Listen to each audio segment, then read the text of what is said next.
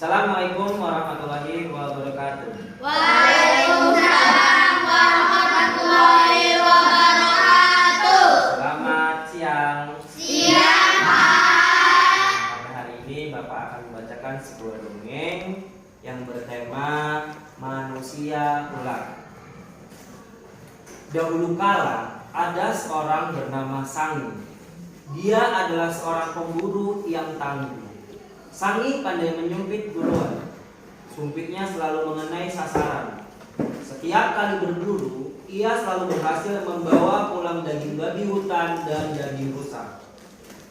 Sangi bertempat tinggal di daerah aliran sungai Mahoroy, anak sungai Kahayan.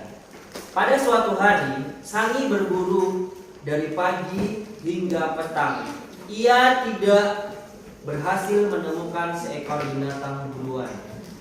Keadaan ini membuatnya sangat amat kesal. Karena hari ini telah sore, ia pun pulang dengan tangan kosong. Di dalam perjalanan, ia melihat bahwa air tepi sungai sangat keruh. Ini pertanda bahwa seekor babi hutan baru saja minum air di sana. Dugaannya, ia diperkuat lagi dengan adanya bekas jejak kaki babi hutan. Dengan penuh harapan, Sangi pun terus mengikuti jejak binatang itu. Benar saja, tidak berapa jauh dari sana, ia menemukan babi hutan yang dicarinya itu. Tetapi, dalam keadaan yang amat mengerikan, sebagian dari tubuh babi hutan itu telah berada di dalam mulut seekor ular raksasa. Kelihatannya tidak mungkin ia akan hidup kembali. Pemandangan mengerikan ini sangat menakutkan Sangi. Ia tidak dapat lari sehingga tidak ada cara lain kecuali bersembunyi di dalam semak-semak. Berdasarkan waktu telah berlalu. Ular raksasa itu tidak dapat juga menelan mangsanya. Dicoba dan dicoba lagi secara berkali-kali, namun selalu gagal. Pada akhirnya, sang ular menghentikan usahanya. Dengan murkahnya dipalingkanlah kepalanya ke arah tempat si Sangi bersembunyi. Secara gaib, ia berganti rupa menjadi seorang pemuda yang tampan wajahnya. Ia menghampiri Sangi dan memegang lengannya.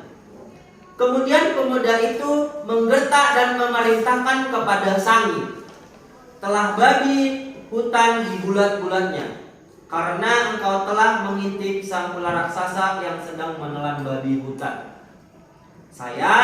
Tapi saya tidak bisa. Ayo cepat lakukan." Dengan penuh rasa ketakutan, Sangi pun melaksanakan perintah itu. Ajaib sekali, ternyata si Sangi mampu melaksanakan perintah pemuda itu dengan mudah sekali. Seolah-olah ia sendiri benar-benar seekor ular. Pemuda asal ular tersebut berkata bahwa karena Sangi telah berani mengintainya, sejak awal itulah si Sangi berubah menjadi seekor ular jadi-jadian. "Untuk sementara engkau tidak usah risau," kata si pemuda asal ular itu kepada Sangi. "Selama engkau dapat merahasiakan kejadian ini, engkau akan tetap dapat mempertahankan bentuk manusiamu." Kemudian pemuda asal ular itu lalu menghibur Sangi dengan mengatakan bahwa nasib yang menimpa Sangi sebenarnya tidaklah terlalu jelek.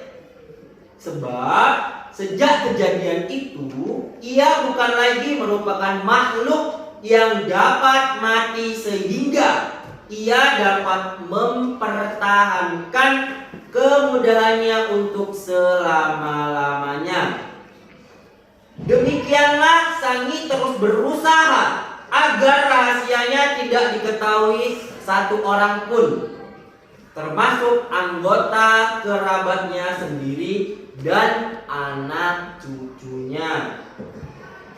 Dengan cara ini, ia berhasil mencapai umur tahun. Akan tetapi keadaan yang sangat luar biasa ini menimbulkan rasa aneh pada keturunannya.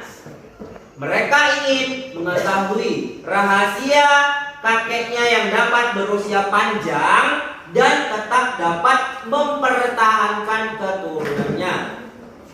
Oleh karena itu, sejak itu mereka pun mulai menghujani kakeknya dengan berbagai pertanyaan. Akhirnya, karena terus-menerus didesak, si Sangi pun terpaksa membuka rahasianya, melanggar larangan dari pemuda yang bersosok ular. Sebagai akibatnya, sedikit demi sedikit tubuhnya berganti berupa menjadi seekor ular yang raksasa. Pergantian ini dimulai dari kakinya. Sadar akan keadaan ini, Sangi menyalahkan keturunannya sebagai penyebab nasib buruk yang sedang menimpanya. Dalam keadaan geram, ia pun mengutuk keturunannya yang dalam waktu singkat akan mati seluruhnya dalam suatu pertikaian di antara sesamanya. Sebelum Sangi menyeburkan dirinya ke dalam sungai, Hayanan bagian hulu untuk menjadi penjaganya. Dan ia masih sempat mengambil harta pusakanya yang disimpan di dalam suatu guci yang sangat besar.